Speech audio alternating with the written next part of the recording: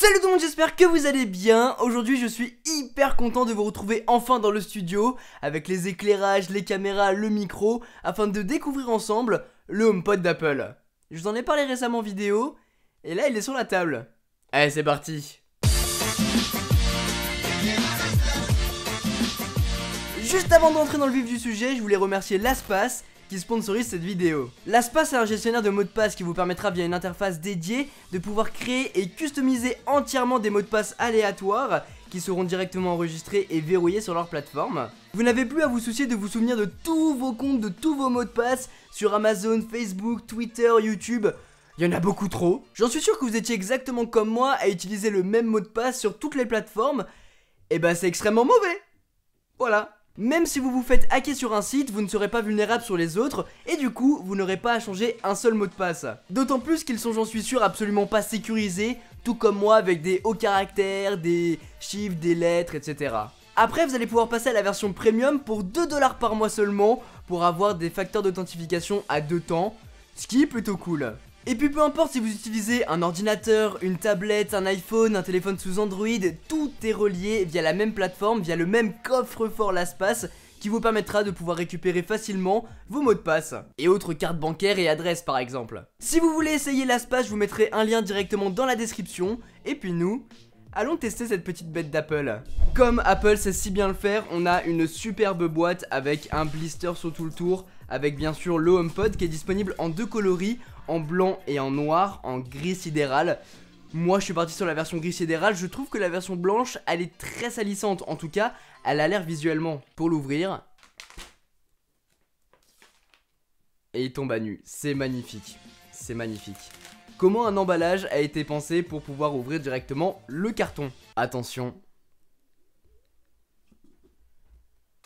Oh la vache. Et d'ailleurs, première remarque à chaque fois, quand moi je l'ai vu et je me fais exactement la même réflexion actuellement, c'est que le HomePod, il est tout petit en fait. Il est tout petit, on a l'impression qu'il est énorme, mais en fait non, regardez. Par rapport à ma main, par rapport à un iPhone, il est tout petit, il est tout mignon, mais par contre, il est un peu lourd.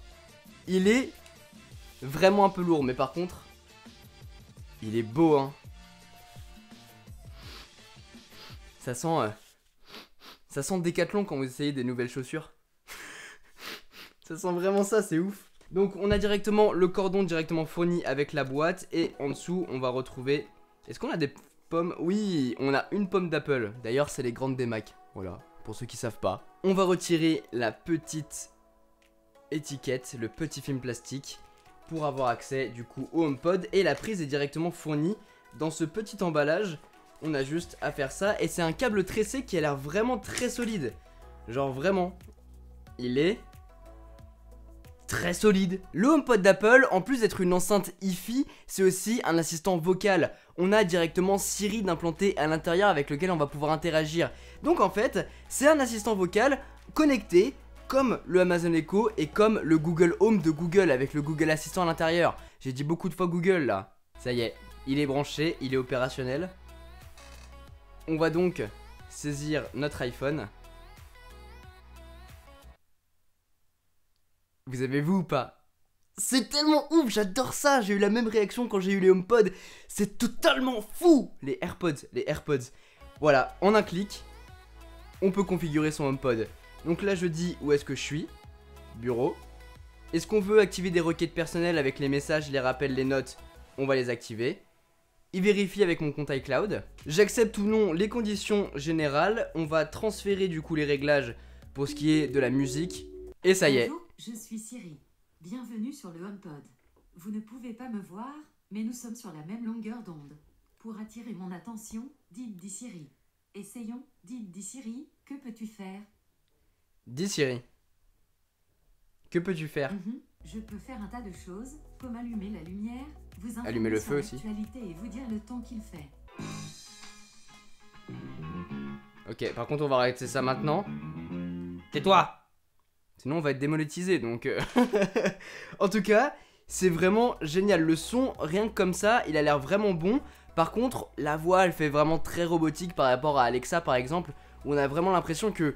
bah c'est un humain qui nous parle. Déjà côté design, il est vraiment sympa ce HomePod. Petit mais lourd, les finitions sont vraiment superbes. L'affichage sur le dessus est extrêmement beau, franchement. Bravo Apple de ce côté-là. On est donc là sur un objet tech qui s'immisce parfaitement bien dans votre maison et qui ne ressemble pas à un assistant classique. C'est réellement un bel objet avec lequel vous allez pouvoir interagir. Comme je vous disais, alors que Amazon et Google ont décidé de se tourner vers l'intelligence artificielle, Apple a choisi avec son HomePod de se tourner vers la qualité de son. Parce que de mon côté, après l'avoir utilisé quelques heures, on se rend vraiment compte que Siri a des lacunes. Si je veux contrôler mes lampes par exemple, et bah je fais ça avec Google Assistant, tout simplement parce qu'elles ne sont pas toutes compatibles avec Apple HomeKit, et ça c'est vraiment chiant. Et c'est un exemple parmi tant d'autres, on va y venir. Toute cette partie là en tissu est là pour camoufler tout le système audio composé de caissons de basse en hauteur, les 7 tweeters et les 6 micros. D'ailleurs, même si le son est très haut et que le HomePod est à l'autre bout de la pièce, et bah il vous entend quand même quand vous lui dites « Dis Siri ».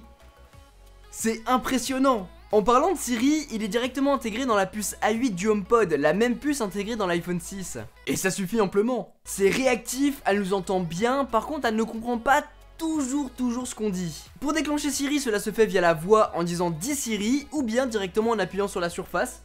On appuie. Et ça lance. Et c'est à ce même endroit qu'on va retrouver le bouton de volume plus et le bouton volume moins. Mais c'est tout. Et d'ailleurs, je trouve cet affichage très stylé. Quand Siri est allumée, on va avoir cette roue multicolore vraiment superbe. Par contre, on n'a pas d'autres boutons et on a un seul et unique câble au dos. Je pense pas qu'on puisse mettre l'assistant sur pause ou en muet, vous savez, comme on peut avoir sur les autres. J'ai pas trouvé en tout cas. En plus de l'expérience sonore totalement bluffante du HomePod de par sa taille et la qualité du son qu'il peut dégager, il va aussi ajuster le son en fonction de sa position dans la pièce. Étant à cet endroit là de la pièce, il va préférer mettre le son à gauche et devant parce qu'il va avoir un retour très rapide sur le côté gauche et pareil derrière. C'est comme ça qu'il arrive à se positionner dans une pièce en ayant ce retour son très rapide ou non. Et il s'ajuste en fonction de l'endroit où il est, et c'est génial. D'ailleurs, le HomePod tout seul suffira à animer une soirée, hein. Le son monte haut tout en gardant la même qualité sonore, à aucun moment j'ai entendu le son saturé, et on ressent vraiment bien les basses se dégageant du cylindre. Et utilisant Apple Music de mon côté, je peux enfin exploiter ma bibliothèque musicale Apple Music, et ça fait plaisir. Pour ce qui est de Siri, c'est là où je suis un peu moins content. Il n'est pas à la hauteur de Google et Amazon. Du coup, j'ai les 3 à la maison et les 3 dans la même pièce. Je pense personnellement qu'on va plutôt utiliser le HomePod en tant qu'enceinte plutôt qu'en assistant. Et c'est pas un mal. Vous pouvez utiliser Siri, il fonctionnera aussi bien que sur votre iPhone. Mais en tant qu'assistant vocal, il n'est pas à la hauteur. Vous pouvez passer des messages, lui demander des tâches classiques comme la météo, mettre un minuteur, des choses comme ça. Vous pouvez gérer vos ampoules et autres accessoires connectés via le Apple HomeKit, si c'est compatible bien sûr. Je lui demande de temps en temps des news sur l'actualité, mais même ça je préfère le faire avec Google que je trouve plus complet. Et on ne peut pas créer des routines ou bien ajouter des skills de d'autres services pour implémenter, pour nourrir un petit peu Siri. Et ça c'est bien dommage. Au final, le HomePod est une super enceinte hi-fi, mais pas un bon assistant vocal. Je pense qu'il a été créé dans un premier temps en tant qu'enceinte, et par la suite ils ont intégré Siri à l'intérieur. Comme je vous disais, c'est pas un mal du tout, au contraire, ça pourra même nous dépanner dans certaines situations. En revanche, il ne rivalisera pas avec un Google Home ou un Amazon Alexa, qui sont de très bons assistants vocaux, mais pas de bonnes enceintes. Et puis c'est 349 €. Je trouve vraiment pas ça déconnant pour un produit aussi quali que le HomePod, tant dans les matériaux utilisés, que l'ingénierie qu'il y a derrière, la connectivité aussi, parce que l'allumer et avoir directement le pop-up sur son smartphone, c'est juste génial. Et puis la qualité du son quand même, qui est juste bluffante.